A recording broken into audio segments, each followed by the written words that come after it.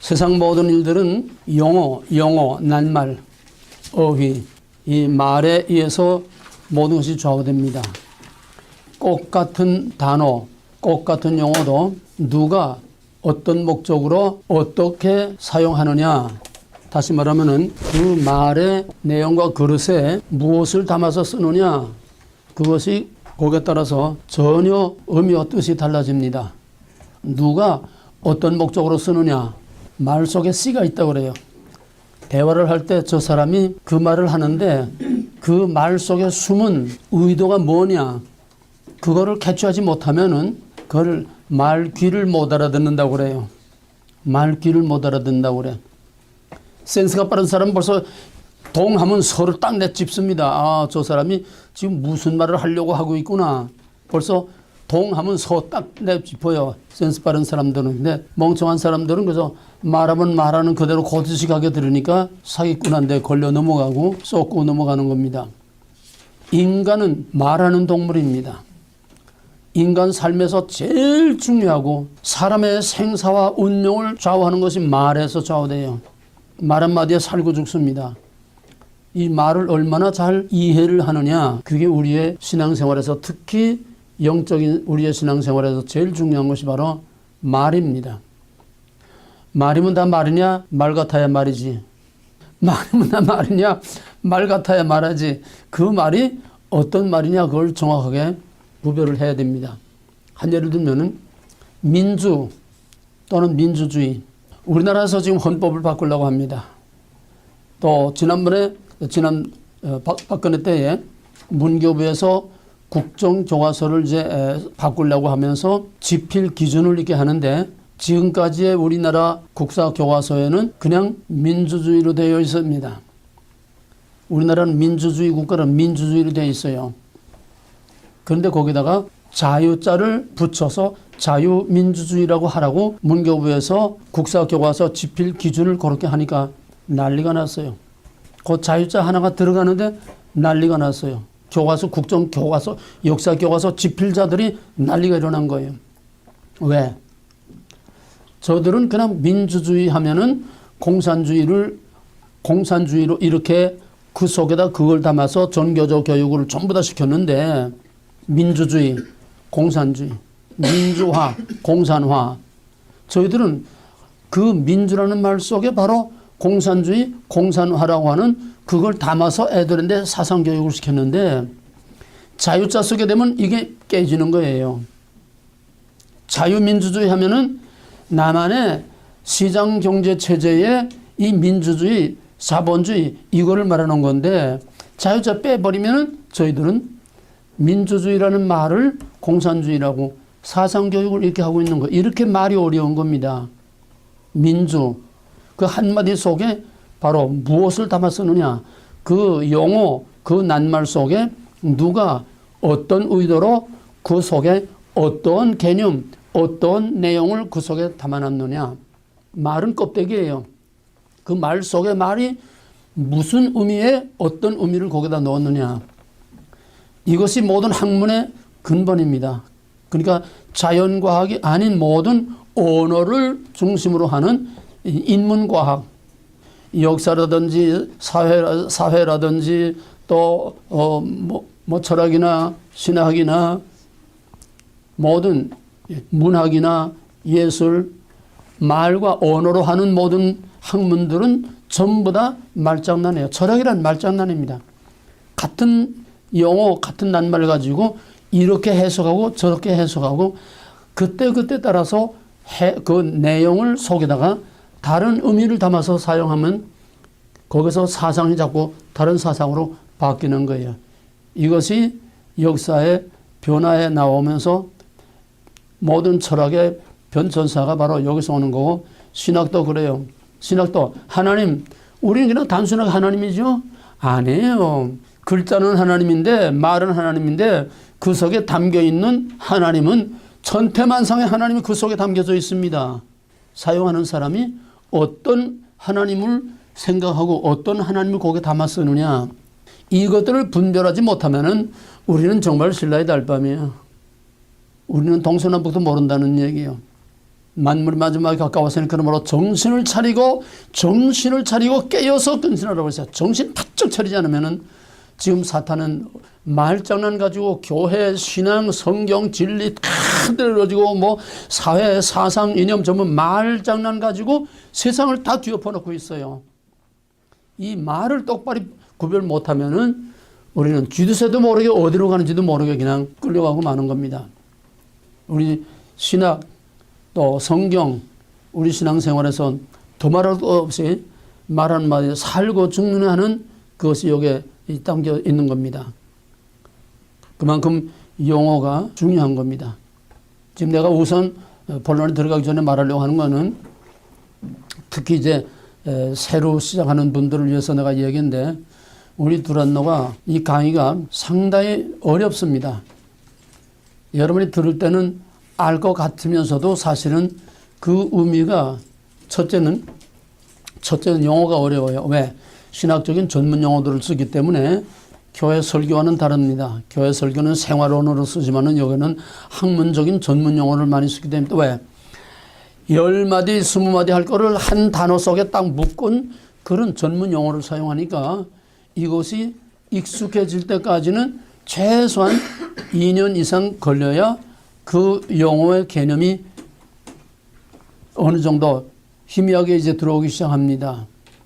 그만큼 용어를 이해하는 데에 상당한 시간이 많이 걸릴 만큼 용어를 이해하는 게 상당히 어렵습니다. 그래서 강의 듣는 게 상당히 어렵습니다. 그 다음에는 말은 한국말인데 그 말의 의미를 캐치하는 게 상당히 어려워요. 말 자체가 어려워요. 왜? 이거는 전문적인 신학적인 표현이기 때문에 그만큼 말이 어렵습니다. 설교는 그냥 느낌으로 그냥 들으면 돼요.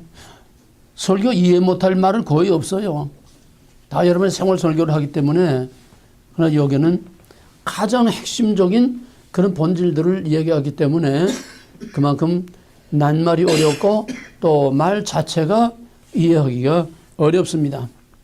왜냐하면은 여기는 성경 공부하는 데가 아니고 여러분이 일반적으로 교회에서 생각하는 그런 성경 공부 아니고 여기서는 성경의 원리, 즉 계시자이신 하나님이 이 성경을 주실 때에 어떤 의도와 목적을 가지고 여기다가 무슨 의미를 여기다가 담아 놓았냐.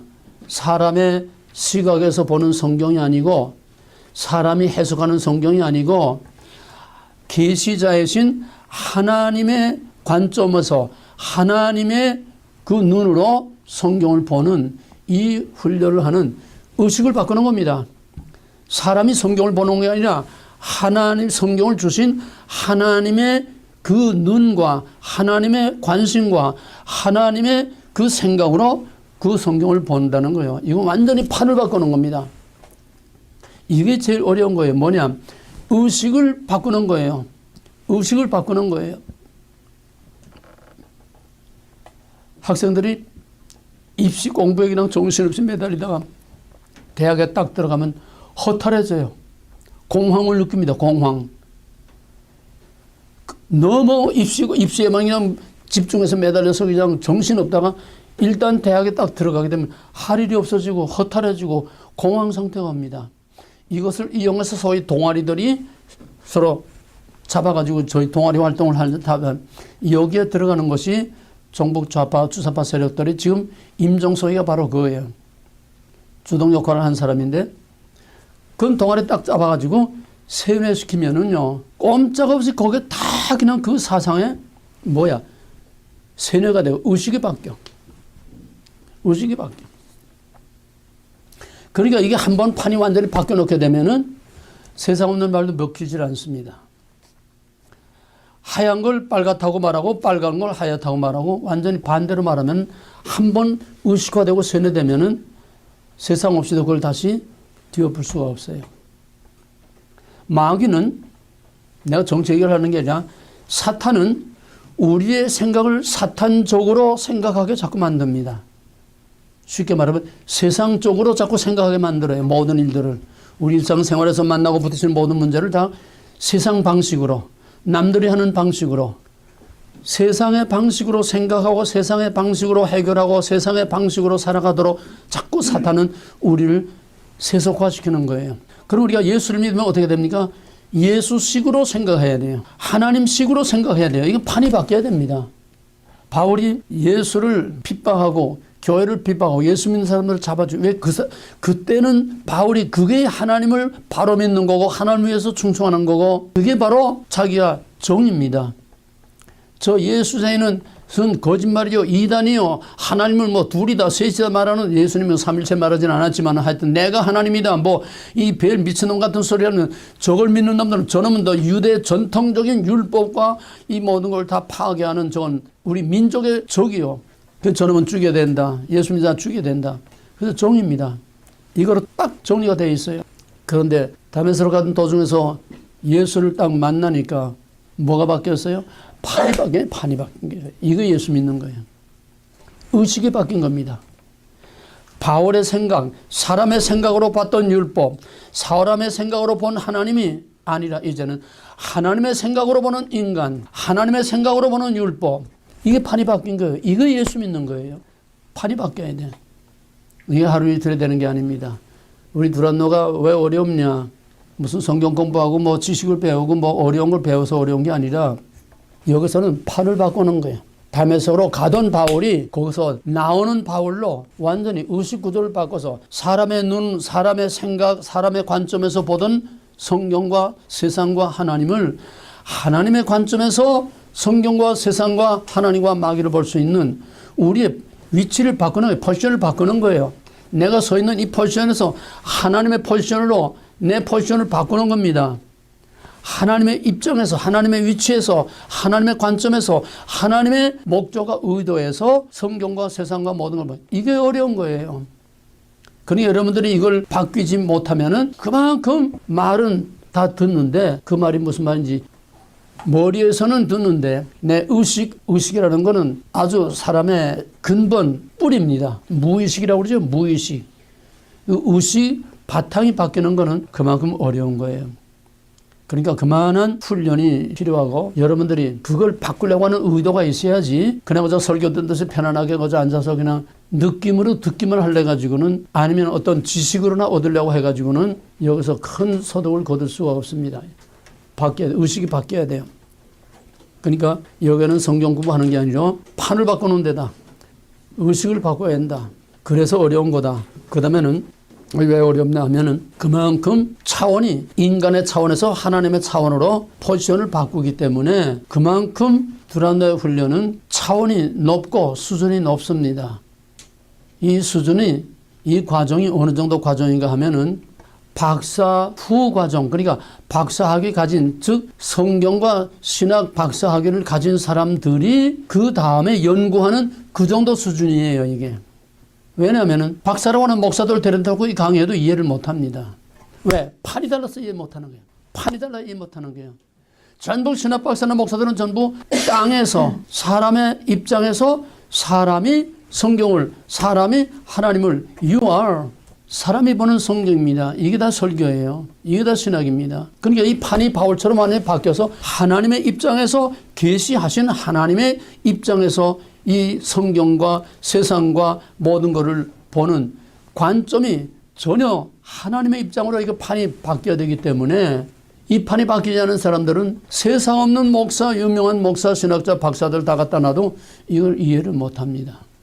판이 바뀌어야 돼요. 그러니까 이거는 수준이 대학원 수준 정도가 아니고 박사 후 과정의 연구 과정입니다. 그래서 연구원이에요. 여기는 연구원. 이 수준이 연구원이라는 이 수준이 바로 그걸 말해주는 겁니다. 연구원이라는 건 그 수준을 말하는 거예요. 어떤 사람도 왜 신학교를 안 하냐? 신학교가 아니에요. 여기는 신학교 위에 신학교 위에 신학교 위에 맨 마지막 코스로서 하는 연구원입니다. 그만큼 수준이 높으니까 여러분들이 그만큼 어렵습니다. 교회에서 설교, 교회에서 성경 공부 아무리 많이 했어도 전혀 여기는 판이 틀려요.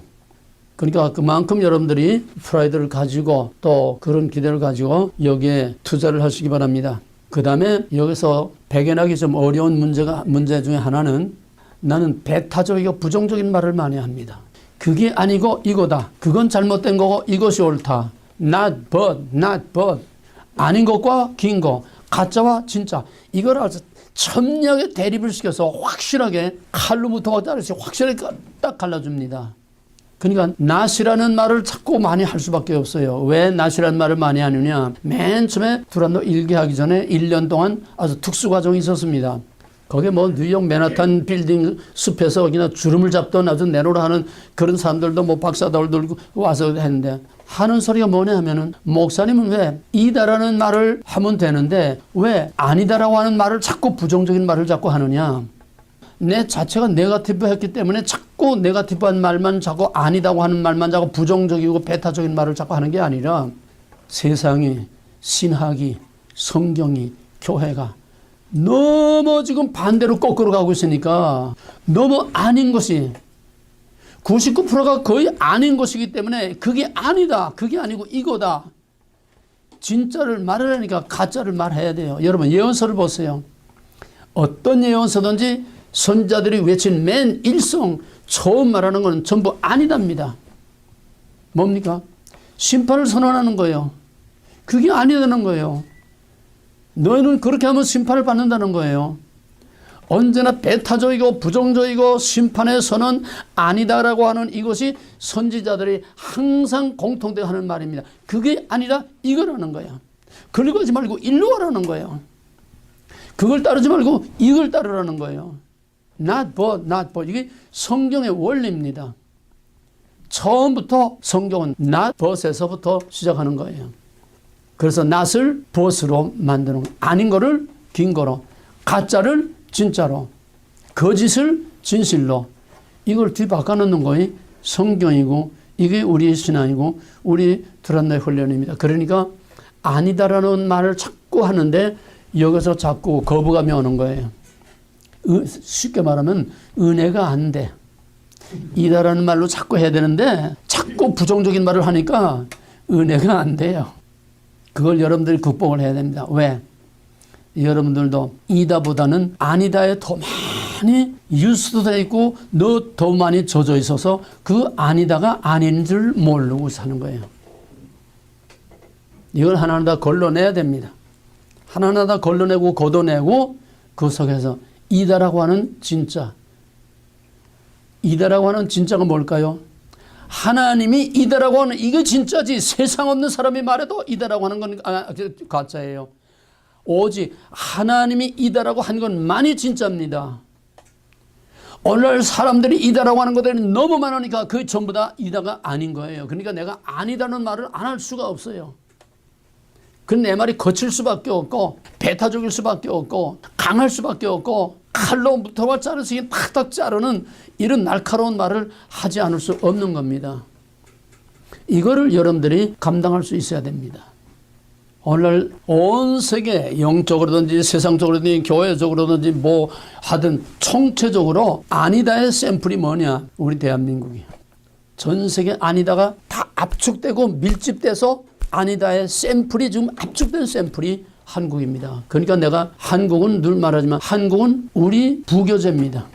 코리아는 오늘의 어떤 형태로든 교회든지 정치든지 뭐든지 전부 오늘의 한국은 세계를 압축해 놓은 바로 교과서예요. 샘플입니다.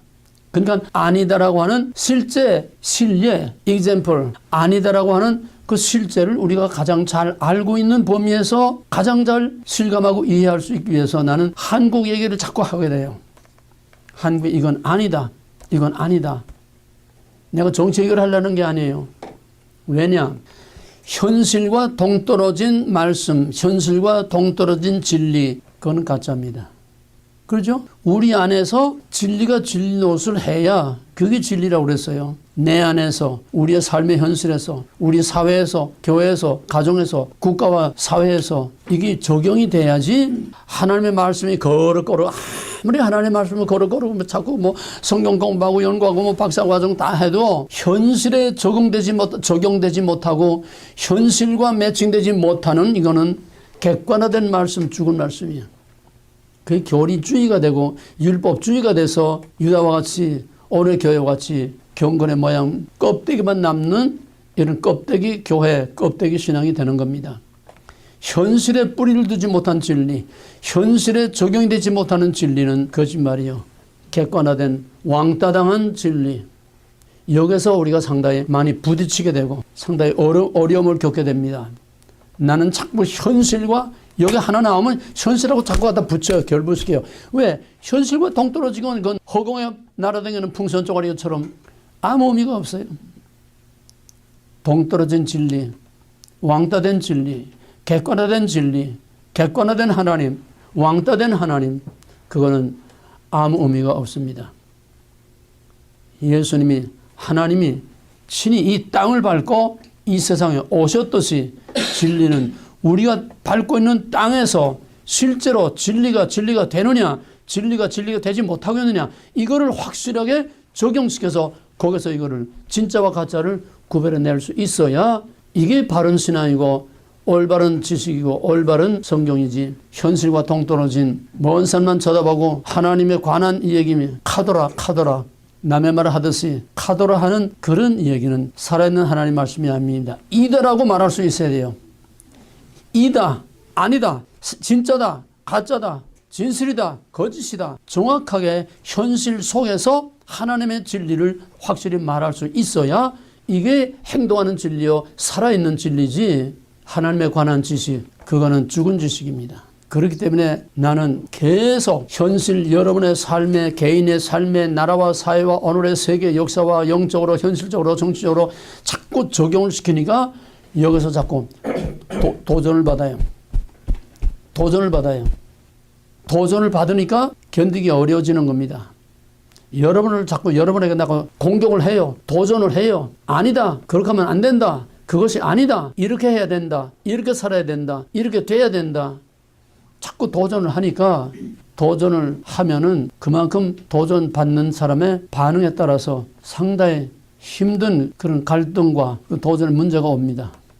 말을 좀 비약시키면은 도전하지 않는 하나님의 말씀 다 죽은 말씀이에요. 도전하지 않는 선자는 다 거짓 선자예요. 가짜예요. 거짓 선자들이 어디서 핍박을 받은 예가 없어요. 왜? 도전하지 않으니까. 도전을 하지 못하는 목사들은 전부 다 가짜입니다. 거짓 선자예요. 왜? 선자들이 그랬고 예수님이 그랬고 사도들이 그랬고 복음이란 뭐예요? 사탄의 세력들에 대한 도전이 이게 복음이에요. 해결하 천국이 갖고 왔느니라. 그게 아니다. 이거다. 그러고는 안 된다. 일로 와야 된다. 그게 너희 왕이 아니다. 여기 너희 왕이 있다. 도전이에요. 복음이란 강력한 도전입니다.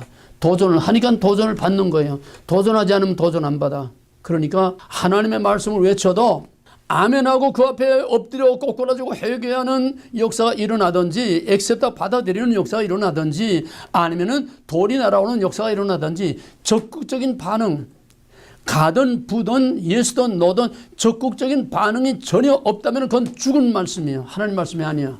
하나님 말씀은 살아있고 생명력이 있고 골수를 찌르러 쪼개는 도전하는 운동력이 있다고 그랬어요. 파워가 있다고 그랬어요. 도전하는 파워가 있다고 그랬어요. 도전하면 도전 받습니다. 도전하면 돌이 날아옵니다. 비난이 날아옵니다. 그러니까 목사들이 무서워서 도전을 못하는 거예요. 건드리지 못하는 거예요. 아이고 이 말했다가는 아무 장래, 이 말했다가는 어느 집사 화가닥 뒤집히겠다. 이 말했다가는 어느 집사 끼어나가겠다. 그냥 쉬쉬하고 도전할까 봐 무서워서 도전할 말거리를 그냥 하나도 두지 않고서 좋은 말만 자꾸 듣기 좋은 말만. 이게 오늘의 목회. 이 장돌배 사기꾼들이지. 이게 하나님의 종이요. 하나님의 종은 듣든지 아니 듣든지 하나님이 하시기를 원하는 말씀을 그 사람들이 받아들이든지 받아들이지 않든지 정말 그 영혼을 살리기 위해서 목숨을 걸고 그 영혼을 위해서 화살을 쏴야 돼. 말씀에 화살을 쏴야 돼. 하나님의 권위로 도전을 해야 돼. 도전하지 못하는 거는 전부 다 죽은 거짓 선자예요. 가짜들이요. 근데 여러분들은 교회 도전 받으러 가는 게 아니라 도전을 안 받으러 가는 거예요. 웰빙, 어떻게 하면 편안하게 듣기 좋은 소리, 편안한 소리, 해피한 소리. 가짜입니다. 도전하지 못하는, 도전하지 않는, 도전이 없는 진리와 말씀은 그거는 전부 다 쓰레기요, 가짜요. 좀 더 심하게 말하면 사기.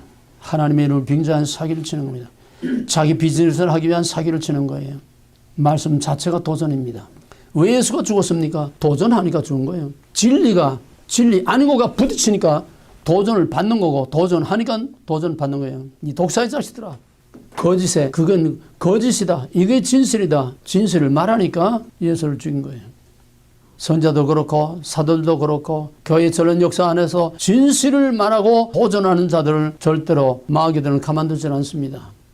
그러니까 도전하고 도전받고 이것이 하나님의 종들이 가는 길이고 우리는 다 스타일이 다르고 방법이 다르고 자기 하는 삶의 모든 현장이 다르죠. 시츄에이션이 다르지만은 나름대로 우리는 다 도전하며 살아야 돼. 마귀의 세력과 가짜와 위선과 거짓에 도전하면서 살아야 돼.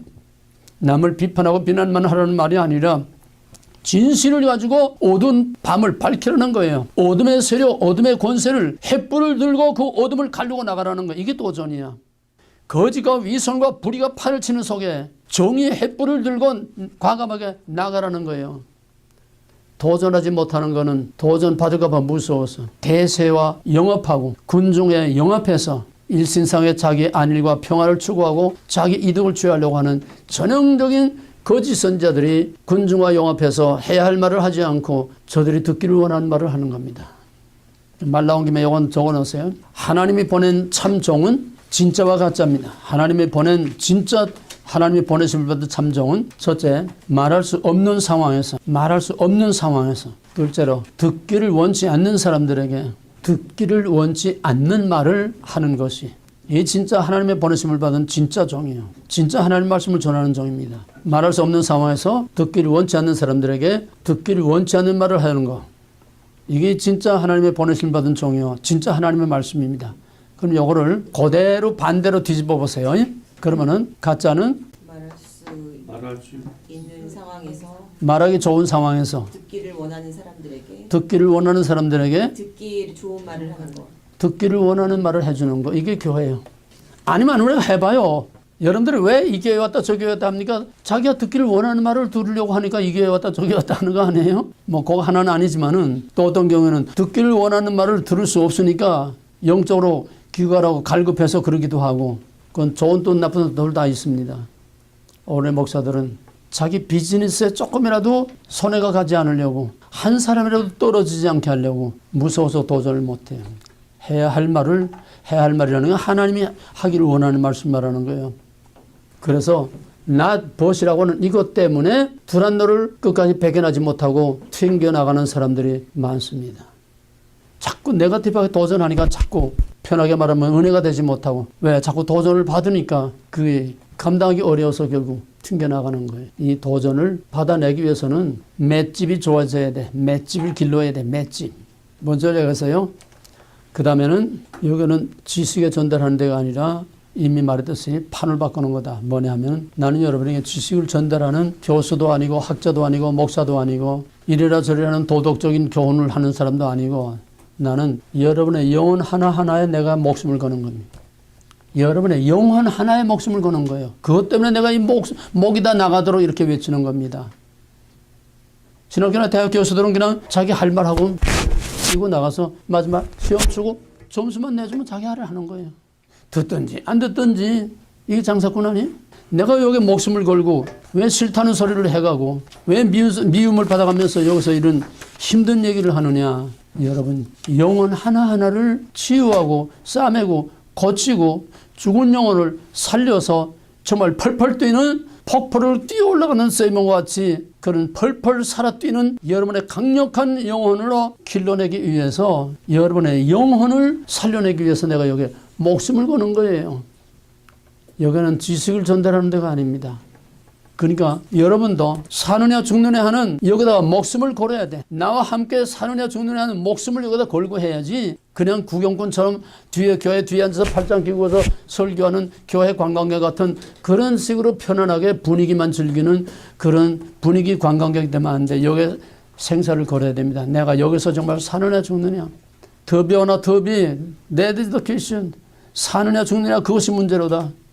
하나님이 원하는 사람이 되느냐 더비 되느냐 이게 중요한 거지. 믿음이란 하나님에 관한 지식을 하는 not to know 어떤 도덕적인 선회하고 봉사하고 구제하고 뭐 선교하고 뭐하고 하고 not to do.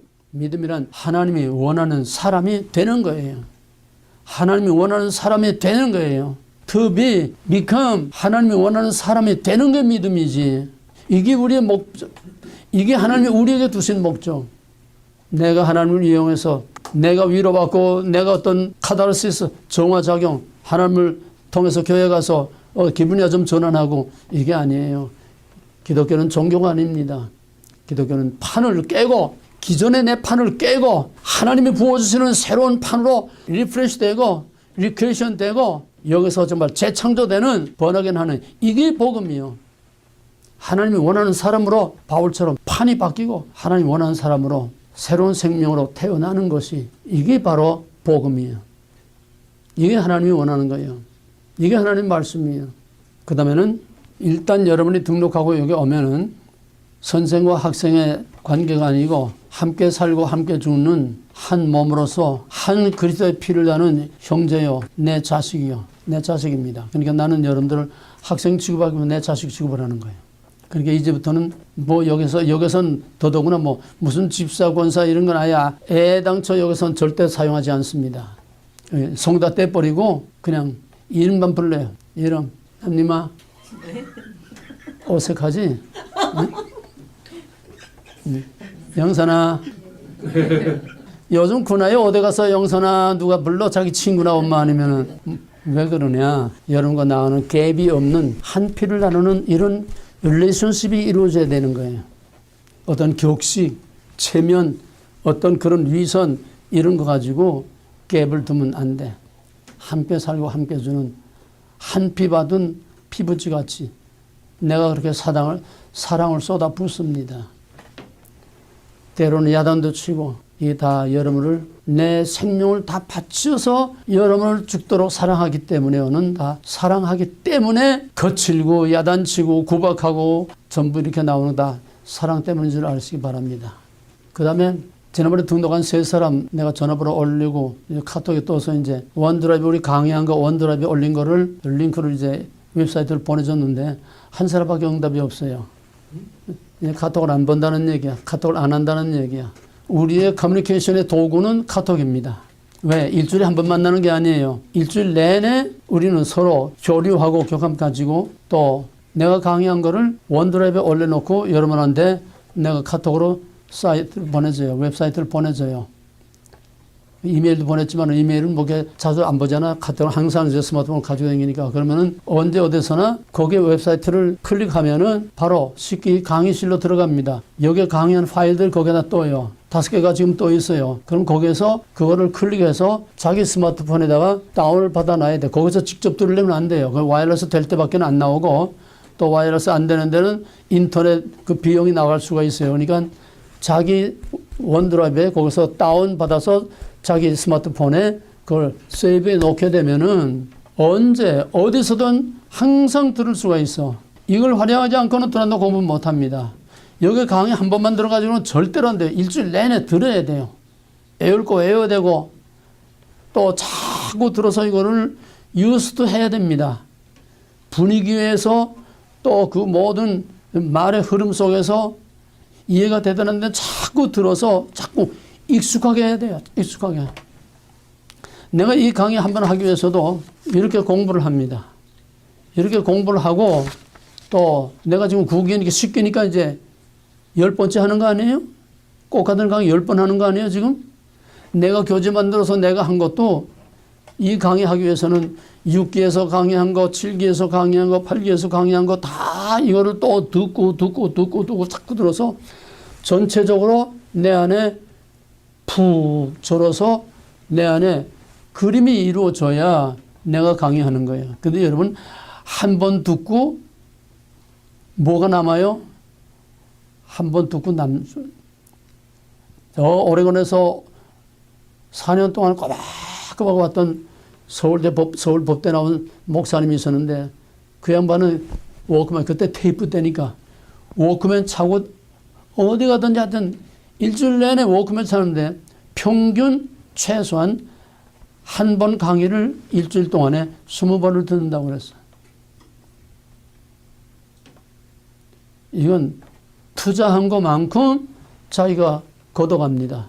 투자하지 않고 여기 와서 그저 생통으로 와가지고 1시간 여기 강의가 듣는 거 가지고는 여러분에게 남는 게 없어요. 왜? 여기는 너무 퀄리티가 진하기 때문에, 엑기스가 너무 진하기 때문에, 또 너무 갑자기 어려운 말들을 많이 하기 때문에 이거 자꾸 들어서 듣고 또 듣고 들으면 알죠. 돌아서면 남는 게 없어요. 다 잊어먹고. 계속 이걸 자꾸 들어서 이게 앙금이 가라앉듯이 세이브돼 들어가야 자꾸 세이브 쌓여 나가야 됩니다. 한 번 듣고 할래가 좀 도저히 따라갈 수가 없어요. 왜? 시간마다 아주 헤비급 정말 중량급 중요한 것들이 그냥 계속 쌓여 나가는데 이걸 그때그때 충분히 이해하고 소화시켜서 쌓아 올라가지 않고는 날마다 새 것이 나오는데 시간마다 새 것이 나오는데 그걸 감당할 수 없어요. 시간 가봐야 과정 가봐야 남는 게 없습니다. 남는 게 없다는 건 여러분에게 변화가 없다는 거예요. 여러분의 성장이 없다는 거예요. 그러니까 부지런히 듣고 또 카톡으로 항상 나하고 커뮤니케이션을 할 수 있도록 나와의 인간관계를 맺으라는 얘기예요. 인간관계. 그 다음에 4년이라는 것이 부담스러워서 엄두도 못 낸 사람이 있는데 사기생 중에 그런 사람이 있어요. 맨 처음 오리엔테이션하고 이게 이제 4년 걸린다 하니까 야 이게야 정말 한번 해볼 만한 거다. 무슨 소리인지 알겠어요? 4년을 해야 한다니까 이게야말로 한번 해볼 만한 거다 이거예요. 4년 한다니까 뭐 겁이 나서 아이고 나는 못하겠는데 떨어져 나가는 사람 있는가 하면은 4년을 한다니까 여기선 정말 이거 하나 하면 뭔가 뿌리가 빠지겠구나. 꽃 같은 것도 어떻게 생각하고 받아들이냐에 따라서 이런 차이가 나는 거예요. 4년 하기 때문에 한번 도전해 볼 만하다. 그만한 가치가 있다. 이거 하고 일회성 그냥 반짝하고 몇 마디 하고 넘어가는 세미나 이게 아니라 이건 근본적으로 뭔가 한번 판을 바꾸는 그런 충분한 가치가 있다 해서 그래서 드란노를 했다는 사람이 있어요. 또 이것 때문에 겁이 나서 드란노를 못하고 떨어져 나간 사람도 오리엔테이션 처음 과정에 그런 사람들 수도 없이 많고 한번 도전해 보기 바랍니다. 카이로스. 여러분은 이미 카이로스의 꼬리를 잡았어요. 카이로스 꼬리를 잡아서 이제는 그 카이로스가 계속 시간마다 새로운 카이로스라고 하는 엄청난 하나님의 은혜를 여기서 낚아채야 됩니다. 그리고 이 과정이 다 끝나고 원하는 사람들은 신학과정 한 코로 하면은 이거 전부 다 신학교 학점으로 다 올라갈 수, 신학교 학점으로 트랜스퍼가 됩니다. 그럼 이걸 다 신학교 댕긴 거로 성적표를 그대로 다 받아주고 그 다음에 추가로 몇 과목 더 이제 추가하면은 드란노를 졸업한 것으로 신학교 졸업장을 줍니다. 그건 내가 주는 게 아니에요. 신학교에서 주는 거죠. 그러니까 한번 꼭 신학교가 목표가 아니더라도 여러분들이 정말 마지막까지 끝까지 꼬리내서 승리할 수 있기를 바랍니다. 자, 그럼 오늘은 성경 중에 제일 중요한 거, 오늘 오리엔테이션 서로 너무 길어져서 좀 안 됐지만은 오늘 시간 가는 데까지 하고 이건 어차피 다음 시간 다음 주제까지 연결이 돼야 됩니다. 아까 이제 맨 처음에 영어가 중요한 말을 조금 했는데 그 중에서 오늘 다룰 제목은 구속과 구원. 구속과 구원 어떻게 다르냐. 예, 이걸 구멍을 양쪽으로 보게 뚫렸어요. 예? 양쪽으로 보게 구멍을 뚫렸으니까 양쪽으로 펴놓고 들으세요. 특히 구원과 구속과 구원의 보충, 그 보충 자료에 집중해서 들으시기 바랍니다. 자, 이제부터 좀 속도를 내겠어요. 왜 구원이 필요한가? 그거는 첫째로 왜 구원이 필요한가? 그 말은 구원이란 무엇인가 하는 말과 마찬가지예요. 구원이란 뭐냐? 왜 구원이 필요하냐? 성경은 모든 인간은 즉 아담에게서 태어난 모든 인간은 다 죄인이라고 하는 절대적인 전제에서 출발합니다. 이게 성경의 인간관입니다. 모든 인간은 죄인이다. 왜? 여기 선악을 알게 하는 동산 중앙에 있는 나무 선악을 알게 하는 나무 열매를 먹지 말라. 먹는 날에는 정령 죽으리라. 죽음을 걸고 한 언약입니다. 고대 언약은 다 저주 언약입니다. 먹는 날에는 죽으리라. 죽음을 걸고 한 언약이에요. 근데 그 언약을 깨서 그러니까 죽어야 돼. 그러면 아담에게서 낳은 자들은 다 죽어야 돼. 그러면 하나님이 창조해놓고 전부 다 죽이기만 하면 인간 창조가 헛된 것이 되고 하나님 날마다 인간을 만들고 죽이고 그 다음에는 모든 아담의 후손들은 다 죄인이라는 겁니다. 왜? 범죄한 아담의 후손은 자동적으로 다 죄인이 됩니다. 죄의 삭은 사망이라. 먹는 날은 정령 죽으리라. 그 죄를 지음으로 모든 사람에게 죽음이 왔으니 로마서 5장 12절 한 사람의 범죄로 모든 사람에게 죄가 미치고 모든 사람이 죄인 되었으므로 모든 사람에게 죽음이 이르렀다. 한 사람의 원리입니다. 성경은 한 사람의 원리 이걸 대표성의 원리라고 합니다. 오늘 중요한 용어들이 많이 나옵니다. 그 까만 코팅으로 한 거 특별히 여러분들이 그걸 깊이 새겨야 됩니다. 앞으로 계속 사용하는 중요한 용어니까. 대표성의 원리. 즉 아담이 죄인이므로 아담은 우리의 대표입니다. 그러므로 아담의 모든 후손은 다 아담을 따라서 죄인으로 태어납니다. 자기가 선을 행하고 안 하고 상관없이 자기의 행위와 상관없이 아담의 후손은 다 죄인으로 태어납니다. 아담이라는 말은 무슨 말이냐? people, 사람이란 말이에요. 아담이라는 말은 두 가지입니다. 하나는 그때 하나밖에 없으니까 그 개인의 고유명사, 개인의 이름이에요. 맨 처음 창조된 그 남자의 이름이 아담입니다. 동시에 그 아담이라는 말은 아담에게서 태어날 모든 사람을 총칭하는 집합명사입니다. 집합명사.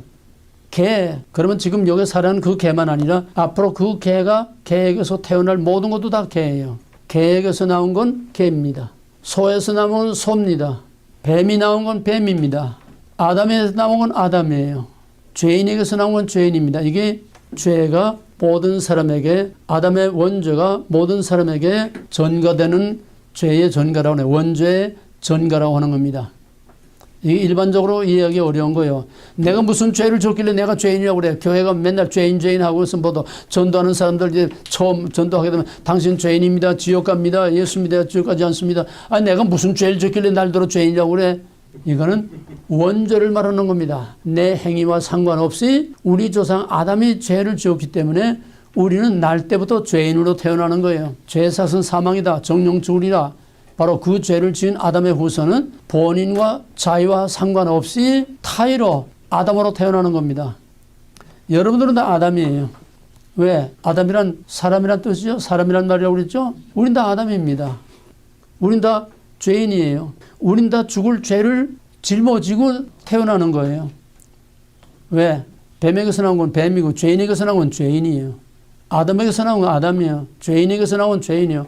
죽을 죄를 지은 아담의 후손들은 죽을 죄를 짊어지고 태어나는 거예요. 본의 의사와. 이걸 원죄라고 하는 겁니다. 내 행위와 상관없는 원죄. 우리는 원죄를 다 짊어지고 태어나. 이것이 죄의 전가.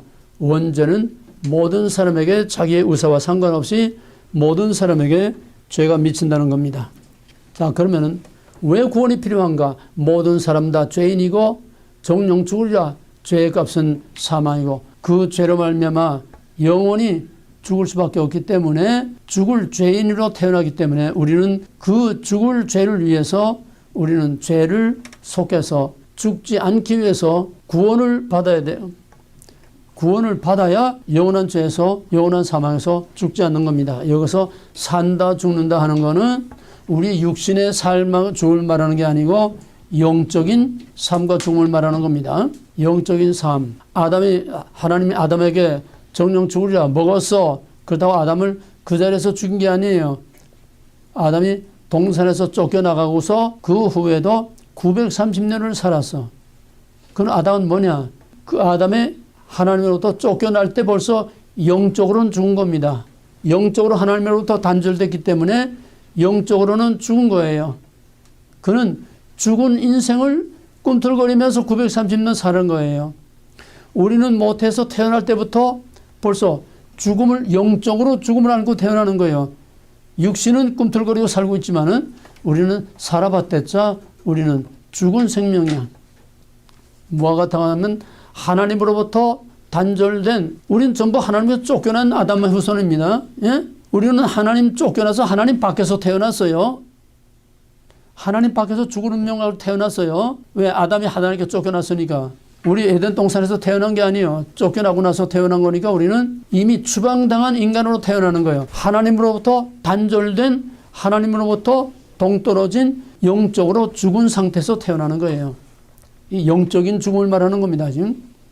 그러니까 영적으로 죽으면은 우리의 육신도 영원히 죽을 수밖에 없고 우리 영원히 하나님과 격리된 지옥에서 살 수밖에 없어요.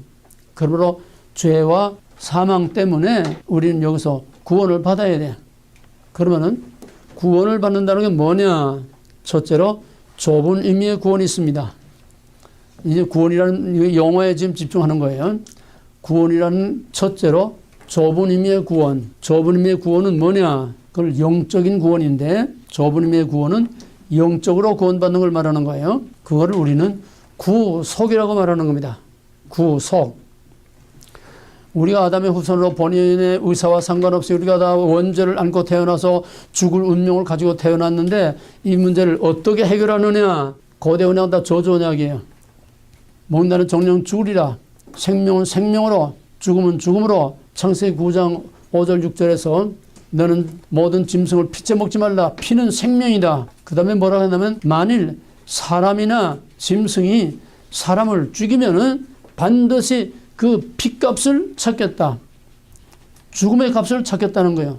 죽음에는 죽음으로 대가를 치러야 되고 피는 피로 생명은 생명으로 대가를 치러야 된다는 거예요. 이게 하나님의 준엄한 법입니다. 먹지 말라 정령 죽으리라. 여기서부터 시작된 하나님의 율법의 뿌리요.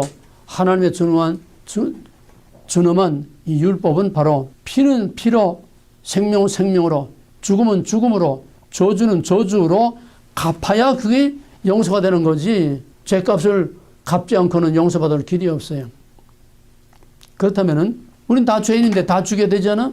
우린 다 죄인이니까 다 죽어야 되잖아. 물론 영적으로지만은 영적으로는 다 죽어 있어요. 그러나 결국은 영적으로 죽은 자는 육신도 영원히 사망의 몸으로 영원한 지옥불에서 죽음의 삶을 살 수밖에 없기 때문에 하나님이 우리를 다 죽일 수 없으니까 피값을 우리가 치러야 되는데 내가 내 죄값을 치른다고 내가 그 용서받을 수는 없어. 왜? 내 죄값을 치르면은 내 생명을 버리면은 내가 죽고 아무것도 없잖아요. 내가 내 죄 문제를 해결할 수 없어. 죄인이 죄의 문제를 해결할 수 없어. 그러면 정령 죽으라는 준엄한 하나님의 법은 이건 바꿀 수 없습니다. 먹는 날은 죽으리라. 모든 죄의 삭은 사망이다. 죽어야 한다. 아담의 후손은 다 죽음을 안고 태어난다. 그러면 이 죽음의 문제를 어떻게 해결해야 되느냐? 누군가가 대신 죽어줘야 돼. 누군가가 내 대신 조금 죽어줘야 돼. 그런데 내 대신 죽어줄 사람이 없어. 왜냐? 모든 사람이 다 죄인이기 때문에 죄인이 죄인을 대신해서 죽어봐야 그 죄가 용서가 안 돼. 그러면은 죄 없는 자가 그 죄를 대신 짊어지고 죽어야 그 죄인이 용서가 되는 겁니다. 이게 대속의 원리예요. 이해가 됩니까? 그러면 죄 없는 인간이 누굽니까? 죄 없는 인간은 하나님이 사람으로 오신 예수 그리스도 하나님의 아들밖에 없어요. 그러니까 예수를 믿지 않고는 구원받을 수 없다고 하는 것은 예수님이 우리 죄를 대신해서 우리 죽음을 대신해서 죽었고 우리가 받을 저주를 대신 받고 십자가에서 매달려서 저주의 죽음을 했기 때문에 우리는 우리의 죽음의 값을 예수님이 대신 치러줘서 그래서 우리는 그 예수를 믿음으로 예수와 함께 죽은 곳으로 간주가 되는 겁니다. 이해가 되겠어요? 예수를 믿음으로 예수가 내 대신 죽음으로써 내가 그를 믿는다는 것은 예수 안에서 내가 영적으로 예수와 함께 죽은 곳으로 하나님이 간주해서 우리 죄값을 치른 거야 되는 거예요. 내가 치른 게 아니라 예수 안에서 예수를 믿음으로 예수 안에서 내가 죄의 형벌을 죽음의 형벌을 치른 것이 되는 겁니다. 이것이 원죄를 사함받는 것. 이거를 우리가 흔히 구원이라고 하는데 이 구원은 영적인 구원이지 육체 구원을 말하는 게 아니에요. 우리는 아직 육체 구원 못 받았어요. 영적으로만 구원을 받은 겁니다. 이렇게 해서 영적으로 구원을 받아서 우리의 죄를 우리는 여전히 영적으로 구원받았다고 해서 예수 믿고 구원받았다고 해서 예수는 우리 대신 다 죄를 짊어지고 죽었다고 해서 우리 죄가 없어진 건 아닙니다. 우리 죄가 없어지는 게 아니에요. 원죄가 없어지는 게 아니에요. 이걸 잘 이해를 해야 됩니다. 예수 믿고 구원받았다고 해서 나 자유 얻었네, 나 자유 얻었네. 예수 믿고 구원받았다고 해서 우리 죄가 없어진 게 아니에요. 예수님이 우리 죄를 사했다고 해서 우리 죄가 없어진 게 아닙니다. 우리는 여전히 죄인이에요. 그 위대한 바울도 디모데후서 1장 15절에서 내가 죄인 중에 괴순이라. 이거는 내가 과거에 교회를 핍박하고 잔해했던 과거에 이런 죄인이었다가 아니에요. 현재 동사입니다. I am chief of sinners. 나는 죄인들 중에 두목이다. 현재 죄인들 중에 괴수로 나는 죄인으로 살고 있다는 거예요. 우리가 예수 믿고 구원받아서 모든 죄를 사함받았다고 해서 이걸 지금 다 약장사 저도 팔고 선전들 하고 있는데 착각하면 안 돼요. 우린 죄 사함 받은 게 아니에요. 우린 죄가 없어진 게 아니에요. 우리 의인이 된 거 아니에요. 우리 여전히 죄인이에요. 바울은 죽을 때까지 죄인으로 살다 죽은 겁니다. 원죄는 예수를 믿음으로 그 원죄를 사함받았다고 하는 것은 이 땅에서 내 죄가 없어지는 게 아니라 그 예수를 믿음으로 그 믿음을 보시고 하나님께서 죄를 없다고 봐주시는 거예요. 죄가 없다고 봐주시는 거예요. 의롭다고 봐주시는 거예요. 죄를 안 보고 못 본 척하고 지나친다는 거예요. 모세가 시내산에 하나님의 영광을 보여달라고 할 때 시내산에 올라가서 여호와의 영광이 그 앞으로 휙 지나갈 때 내가 큰 손으로 내 얼굴을 가리고 내가 휙 하고 지나갈 테니까 너는 내 영광에 뒤만 볼 것이다. 왜? 모세는 죄인이에요. 죄인이 거룩하신 하나님의 영광을 볼 수도 없지만은 보면 그 자리에서 죽어요. 그뿐만 아니라 거룩하신 초월하신 하나님이 시내산에 강림하시는데 짐승이나 사람이나 가까이 하면 죽어. 그런데 어떻게 하나님을 볼 수가 있어? 그러니까 하나님이 모세가 죽지 않도록 큰 손으로 모세 얼굴을 가려서 덮어서 덮다. 이게 바로 은혜입니다. 모세의 죄를 덮고 못 본 척하고 지나가셨다. 죄를 못 본 척하고 지나가셨다. 그거를 간과라고 합니다. 간과. 그 죄가 있지만은 그 죄를 못 본 척하고 지나갔었다. 죄를 간과하심으로 그를 의롭다고 봐주신 거예요. 그거를 칭의라고 합니다. 간과 칭의.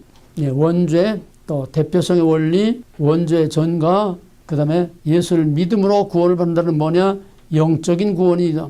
이거는 우리의 죄를 없앤 게 아니고 우리의 죄가 그냥 있지만은 우리 그냥 원죄를 가지고 사는 거예요. 미워하고 서로 헐뜯고 그냥 죄를 짓고 사는 거예요.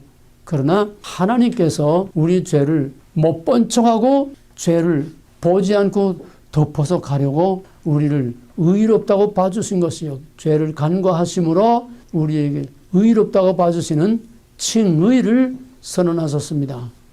그러므로 이것은 땅에서 내게 실제로 일어난 일이 아니라 하늘 법정에서 법적으로 우리를 의롭다고 하는 거예요. 법적으로, 영적으로 하늘에서 하나님이 우리는 여전히 죄인이지만은 예수를 믿는 믿음으로 그를 통해서 나타나는 하나님의 의로 우리 죄를 덮어 가려서 보지 않은 척, 못 본 척 하면서 우리를 의롭다고 봐주신 거지. 의로워진 게 아니에요. 이 차이. 우리는 의로워진 게 아니에요. 죄로부터 자유를 얻은 게 아니에요. 의롭다고 봐주신 겁니다. 이게 칭의입니다. 이거는 이 땅에서 내게 일어난 게 아니라 천상에서 하나님의 법정에서 법정적으로 하나님께서 우리가 죄 있지만은 죄 없다고 봐주신 거예요. 이게 칭의입니다. 그러면 하나님의 은혜로 우리가 죄 없다고 봐주셔서 하나님의 영원한 형벌을 면하고 구원을 받았으면은 구원만 받은 것이 아니라 그냥 믿는다는 거 하나 가지고 우리의 죄를 다 덮어서 보지 않고 가려서 우리를 의롭다고 봐줬었는데 그냥 칭의 천상적 법정적 선언 그거로 끝나는 것이 아니라 하나님의 의롭다함을 받고 원죄 죄사함을 받았다고 하나님이 인정한 사람에게는 그 다음에는 두 번째로 하나님의 자녀가 돼. 하나님의 아들이 돼. 양자 입족이 돼. 양자 입족. 요한복음 1장 12절에서 영접하는 자 곧 그 이름을 믿는 자들에게는 하나님의 자녀가 되는 권세를 주셨나니 이는 사람의 뜻으로나 혈통으로나 육적으로 나지 아니하고 오직 하나님께로서 난 자. 이게 영적으로 번하게 나는 겁니다. 영적으로 죽은 자가 영적으로 살아나는 거예요. 영적으로 죽은 자가 영적으로 새로운 생명으로 하나님의 자녀로 새로 태어나는 번어겐입니다. 이게 영적인 구원이라고 하는 이거를 구속이라고 합니다. 영적인 구원을 구속이라고 합니다. 이게 좁은 의미의 구원입니다. 이게 우리 구속교리의 가장 중요한 핵심이에요. 우리가 구원받았다는 게 뭐냐? 이거는 영적으로 구원받은 것이다. 그건 우리는 여전히 아담의 원죄를 가지고 살고 있지만은 우리 죄를 대신해서 우리 대신 죽으신 예수를 믿음으로 우리가 영적으로 하나님께서 의롭다고 봐주시고 우리 죄를 못 본 척하고 의롭다고 봐주신 것이다. 그뿐만 아니라 그 칭의의 선언을 받은 자에게는 자동적으로 하나님의 자녀가 되는 양자 입족이 되는 거예요. 그래서 우리는 예수를 믿음으로 영적으로 구원받았을 뿐만 아니라 예수를 믿음으로 영적으로 하나님의 자녀가 되는 겁니다. 그럼 우리는 그렇다고 해서 의로워진 게 아니기 때문에 여전히 죄를 지면서 살고 있어요. 여전히 마귀와 한통속이 돼가지고 그냥 헐뜯고 들고 싸우고 그냥 부딪히고 그냥 불평 원망하고 계속 죄를 지면서 살고 있어요. 왜? 우리가 의로워진 게 아니기 때문에. 하나님이 예수를 믿는 믿음 하나 보시고 우리를 의롭다고 천상적 법정적으로만 의롭다고 봐준 거지 우리가 의로워진 게 아니기 때문에 우리는 주날까지 그냥 죄를 지면서 살고 있는 거예요. 그러나 우리가 하나님의 아들이라고 하는 아들, 딸이라고 하는 하나님의 자녀로 우리의 신분이 하나님께 속한 하늘에 속한 하나님의 아들, 딸로 신분이 바뀌었으면 거기에 걸맞는 책임 있는 삶을 살아야 돼. 거기에 걸맞는 책임이 따른다는 거예요. 책임. 거기에 걸맞는 책임이라는 거는 세상과 마귀와 죄로부터 스스로 구별되는 거룩한 삶을 살아야 된다. 이거를 성화라고 합니다. 성화. 따라서 영적으로 예수를 믿음으로 영적으로 구원을 받고 하나님의 자녀가 된 자들은 당연히 그 신분에 걸맞도록 세상 사람들로부터 죄로부터 구별되는 삶을 살아야 돼. 성화의 삶을 살아야 된다는 거예요. 예수 믿고 구원받은 것을 중생이라고 한다면은 중생한 사람은 거기에 따르는 책임으로서 거룩한 삶을 살아야 된다. 이 미국 시민권 시험 보게 되면은 거기서 뭘 선언하나 하면 가장 중요한 질문이 미국 시민이 되면은 바로 미국 시민의 책임을 다 하겠느냐? 미국 시민의 책임이면 가장 우선하는 것이 납세의 책임입니다. 그 다음에 남자에게만 묻는지 여자에게 묻는지 모르겠어요. 다 묻는지. 미국이 만약에 전쟁이 나거나 미국의 어떤 나라의 침략을 받거나 하면은 미국을 위해서 싸우겠냐 반드시 물어봅니다. 미국은 병역 의무가 징병제는 아닙니다만은 미국이 위기를 당하거나 미국이 전쟁이 일어날 때는 바로 미국을 위해서 싸우겠느냐 반드시 묻습니다. 미국 시민이 되면 미국 시민으로서의 책임을 감당하겠느냐 이 말이에요. 근데 우리 한국 사람들은 책임은 뒷전으로 밀어놓고 권리만 요구하는 권리. 이게 한국 사람의 특징이에요. 권리만 요구하고 책임은 싫어. 그러면은 미국에 들어올 때는 그 아들이나 형제나 누가 재정보증을 꼭 씁니다. 재정보증은 이 사람의 경제 생활에 대해서는 내가 책임지겠습니다. 이거예요. 근데 미국 일단 들어오게 되면 그 재정보증은 아무 소용이 없어. 왜? 미국 들어오면 이 나이 든 부모들은 전부 엄청난 돈을 가지고 있으면서 미국에다 집도 사고 다면 아들, 딸 이름으로 다 집도 사고 자동차도 좋은 자동 다 아들, 딸 이름으로 다 하고 자기는 무일푼 아무것도 없는 거 해가지고 SSI를 타먹어요. 세상 사람들이야 그렇다 치지. 이 늙은 목사들이 왜 이 짓을 합니까? 권리라면은 한국 사람들은 악착까지 찾아먹어. 책임이라고 하면 뒤로 쑥 빠져. 책임이 가장 큰 책임 뭐냐? 투표입니다. 그건 투표보다도 권리예요. 당연한 시민의 권리인데 미국의 소수민족 치고 한국 커뮤니티처럼 투표율이 낮은 민족이 없어요. 투표율이 제일 낮아. 자, 권리는 다 찾아먹어. 이 노인들은요. 약값이 보통 평균 잡아서 약값이 한 달에 2,000불 내지 3,000불 약을 타다 먹습니다. 한 달치 소화제 한 병이 900불이에요. 소화제 한 달치가 900불짜리야. 이 약, 저 약 지금 노인들 70대, 80대 되면 보통 7가지, 10가지 약을 먹습니다.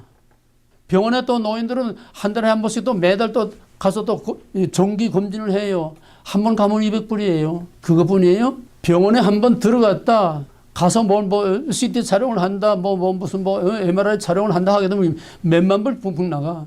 뭐 수술을 했다 하게 되면 그냥 몇만 불 퍽퍽퍽 그냥 나가요. 이 보험 없는 사람은 그냥 집 한 채 홀로 날아가는 건 금방이야. 가서 큰 수술하고 뭐 하게 되면 그까지 10만 불, 20만 불 홀로 날아가요. 무서워요. 미국의 의료비가 워낙 비싸니까. 그런데 이 노인들은 엄청난 미국의 돈을 몇십만 불씩 그냥 막 먹고 한 달 평균 보통 노인 간호 있잖아. 왜? 노인 간호 하게 되면은 노인은 그 혼자서 보통 3,000불, 5,000불을 매달 까먹습니다. 미국 정부 돈을 먹어요. 그러면 간병이 오게 되면 간병이 2,000불 또 나가죠. 노인 한 사람이 5,000불, 10,000불씩 한 달에 매달 나가. 그렇게 권리를 다 찾아내면서 미국을 위한 책임은 전혀 안 진다는 거예요. 노인들 일어나니까 세금이 없겠지만은 투표는 해야 되잖아. 미국 시민이 돼가지고 미국 국가도 모르는 한국 커뮤니티 무슨 식을 하게 되면은 한국 국가하고 미국 국가가 부르는 한국 국가는 다 불러. 미국 국가 부르면 아무도 못 불러. 미국 국가는 독창이 나와서 합니다. 이게 미국 시민이에요? 우리 신앙생활은 하나님의 자녀가 되고 우리의 죄사함을 받은 의롭다 인정을 받고 하나님의 자녀가 되면 그러면 하나님의 자녀의 권리만이 아니라 책임이 따라와야 됩니다. 책임 있는 삶을 살아야 됩니다. 근데 우리는 책임을 다 져버리고 그저 복 그냥 권리만 요구하고 있어요. 은혜, 사랑, 그저 자기를 그냥 케어주고 돌보기만 요구하고 있어요. 마지막 한 가지만 더 하고 끝나겠습니다. 그럼 우리가 구원받았다는 건 무슨 구원? 영적 구원. 무슨 구원? 영적 구원. 다 대답하세요. 무슨 구원? 영적 구원. 그건 어디서 일어난 거예요? 천상. 어디서? 천상적 법적. 칭의. 천상적 법정적 선언입니다. 천상적 법정적 선언은 첫째, 의롭다고 인정해주는 죄를 없다고 봐주시는 칭의. 칭의의 선언이요. 빵빵빵. 살인범인데 분명히 살인범인데 재판관이 무죄 빵빵 빼었다는 이게 칭의입니다. 그 다음에 칭의의 선언을 받으면은 자동적으로 어떻게 돼? 책임. 하나님의 자식 되는 하나님의 자녀로 입양되는 양자, 하나님의 양자로 승격이 돼. 신분이 승격이 돼. 이건 영적인 보증입니다. 그러나 우리가 구원받았다는 영적인 구원이에요. 우리의 육체가 구원받았어요? 못 받았어요? 못 받았어요. 그 증거가 뭐예요? 우리 육신이 구원받았어요? 못 받았어요? 못 받았어요. 우리 육신이 구원받았다 하면은 우리 육신까지 구원받았다고 하면은 우리 육신은 죽지 않아야 돼. 병도 들지 말아야 돼. 교통사고가 나서 툭툭 털고 일어나. 총 맞아도 벌떡 일어나야 돼. 게임하는 것 같이. 우리 육신은 아직 구원을 못 받았습니다. 구원을 누리지 못하고 있어요. 그럼 뭐냐? 우리 육신은 언제 구원받아요? 주님 오실 때에 부활 때. 부활 때에 다시는 병들지 않고 늙지 않고 썩지 않고 죽지 않을 몸으로 변화되는 그때에 우리의 육신의 구원이 확실히 됩니다. 우리가 구원받았다는 영적으로 천상적으로만 받은 거예요. 우리의 육신의 구원은 칭의와 양자라고 하는 이 천상적 법정적인 선언을 받은 자에게는 지금은 아니지만은 마지막 종말에 우리의 육신을 구원해 준다고 하는 부활에 대한 보증이 되는 겁니다. 천상적 법정적 선언, 이거는 칭의와 양자와 부활을, 칭의와 양자와 부활에 대한 보증이 된다는 거예요. 이건 천상의 법정적으로 만든 거지 이 땅에서 우리는 몰라. 우리에게 어떤 아무것도 변화가 없어. 우리의 육신의 구원은 영적으로는 우리가 구원받았지만 육신적으로 우리의 실생활에서 이 세상에 사는 모든 삶에서는 우리는 구원을 누리지 못하고 있어요. 그럼 우리에게는 어떤 도움이 되느냐? 영적으로 구원받고 영적으로 하나님의 자녀가 된 자들에게는 종말에 육신의 구원의 보장이 될 뿐만 아니라 부분적으로 불완전하지만은 종말에 나타날 또 하나님의 자녀라고 하는 거기에 따르는 신분에 따르는 하나님의 보증의 한 그림자로서 이 땅에서 육신의 구원도 부분적으로 누릴 수 있습니다. 육신의 구원을 부분적으로 누릴 수 있어요. 왜냐? 내가 지금 한국 나이로 85세, 85살인데 하나님 내 육신의 구원을 지금 보장해 주고 있습니다. 왜? 85살이면은 지병, 뭔가 병을 다 가지고 있어요. 성인병, 고혈압이든지 당뇨병이든지 몸에 병을 가지고 있어요. 나는 내 몸에 병을 가지고 있잖아. 무슨 검사해도 다 깨끗합니다. 내시경 검사, 대장암 검사 다 해도 다 깨끗해요. 혈압 없어요. 당 없어요. 다 깨끗해요. 몇 달 전에 피 검사하니까 이제 피가 깨끗하대. 콜레스테롤 약 먹을 필요가 없대. 피가 깨끗하대. 하나님의 육신의 구원의 보장을 내가 지금 완전하지 않지만 부분적으로 누리고 있습니다. 내가 1997년 처음 이제 목사에서 대관령 이제 가다가 자세히 얘기 못 하겠어요. 우리 부목사가 운전하다가 대관령 가기 전에 진부라고 하는 또 큰 고개가 있어요. 거기서 차가 굴렀는데 길바닥에서 두 번 바까닥 봉고 쳤다. 바까닥. 그래서 낭떠러지 거기에 6바퀴를 그냥 따가닥 떨어졌어. 차는 그냥 쥐었다 놓은 쥐쪽으로 저름되었고, 내가 지금 척추가 3개가 나갔습니다. 그때 척추가 3개가 나갔어요. 완전히 그냥 짓눌려져가지고.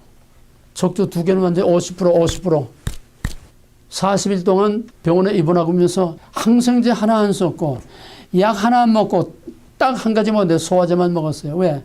발에 추를 매달아가지고, 2다리 추를 매달아가지고, 그냥 꼼짝 못하고 여러 그냥 두루노만 있으니까, 판대기 깔고 두루노만 있으니까, 예비어제 소화제만 아무것도 주사 한 대 안 맞고, 약 하나 안 맞고, 항생제 한 번 안 맞고, 아니, 그런 병원이 어디가 있어요? 40일 동안 그냥 그러다가 나와서.